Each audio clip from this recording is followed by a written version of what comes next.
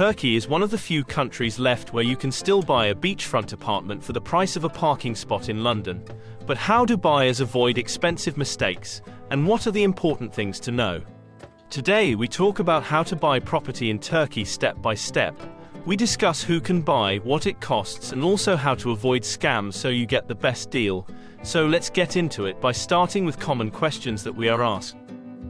First question everyone asks: can foreigners actually own property in Turkey? Yes, Turkey allows citizens of most countries to buy real estate in freehold, meaning you own the land and the building outright like a Turkish citizen. No leasehold nonsense. There are a few exceptions. Citizens from Syria, Armenia, North Korea, and Cuba are completely prohibited. There are limits near military zones and some border regions.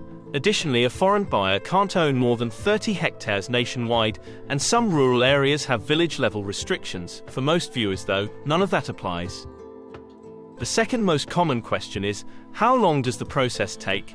If everything is in place, title deeds can be swapped on the same day. However, the average processing time is 3 to 6 weeks. Off-plan property is the exception, as it follows a different path because of building regulations and licenses.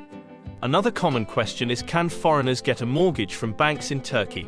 Yes, you can, but check the interest rates first and how much you will end up paying over the long term. In most cases, you can find better financing sources elsewhere.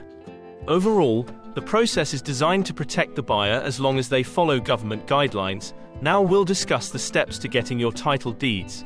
It isn't as hard as people think. Carry on watching or message our managing director Tolga on WhatsApp if you prefer to chat with an agent and ask your own questions. Step 1. You need a Turkish tax number and a bank account in Turkey. Both are free, fast and easy to get.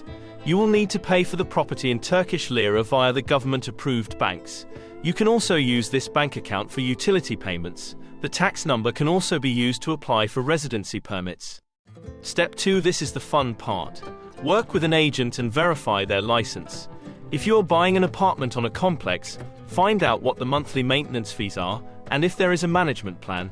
This is part of the Turkish condominium law that covers all communal facilities like swimming pools, gardens, and electricity for the hallway lights. You can start your property search now by using the Turkey Homes app. Link is in the description. Step 3. A home valuation report is a legal requirement. An independent, government-authorized appraiser inspects the property and issues an official valuation report, confirming the price is fair market value. This protects you from being overcharged. Step 4. This is an optional step if you want to give your lawyer time to do due diligence. You sign a preliminary sales contract and typically pay a deposit, often through a notary witnessed agreement for extra protection. Step 5. Turkish law doesn't require the use of a lawyer, but most foreigners get one to protect their interests. Your lawyer should also check the title deeds with the Land Registry Office and confirm the ownership status and that there is no outstanding debt or construction violations. They should also check the title deed rank. For example, a home without a habitation certificate drastically loses value. Step 6. This is the final transfer at the Land Registry Office. By law, foreigners who don't speak Turkish must have an official translator. They pay for this themselves. The buyer also pays the remaining balance, signs the transfer, and the title deed is officially issued into your name. Congratulations, you're a property owner in Turkey. However, remember to factor the extra costs into your total budget. These include the title deed transfer tax. This is 4% of the declared sale price. It is usually split between buyer and seller, though in practice buyers often end up covering it.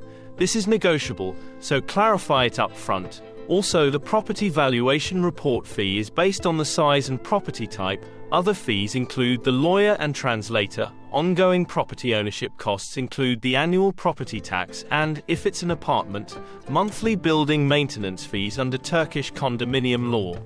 Now let's get to the common mistakes. Never rely solely on the seller's agent or lawyer. Never hand over money for the property that doesn't run through the official government process and banks.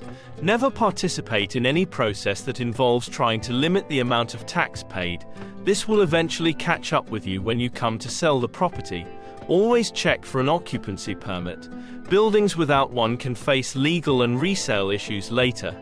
If you plan to rent your home out for short-term use like Airbnb, there are separate laws regarding this. Check out Law number 7464, which covers renting residential property. So that is the full picture. Buying property in Turkey is a great move, but only if you go in with your eyes open. If you want to chat with an agent or have any more questions about the buying process, contact us today. Otherwise, subscribe for more real talk guides on relocating and investing in Turkey.